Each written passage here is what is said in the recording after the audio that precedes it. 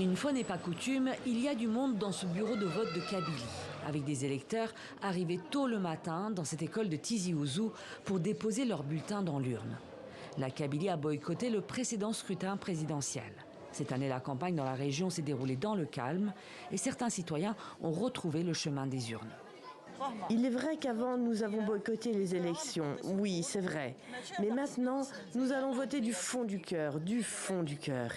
Ils ne vont pas diviser l'Algérie, c'est un seul pays unifié. Et si Dieu le veut, notre soleil se lèvera. Et on espère que les détenus politiques soient libérés.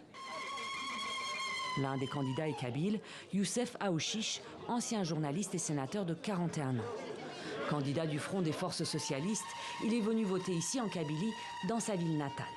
Face à lui, l'autre candidat de l'opposition, Abdelali Hassani, un ingénieur des travaux publics de 57 ans, chef du mouvement de la Société pour la paix, principal parti islamiste.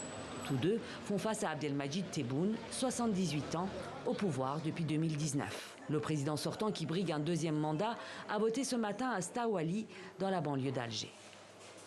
Soutenu par 4 formations politiques dont le FLN, il est donné largement favori.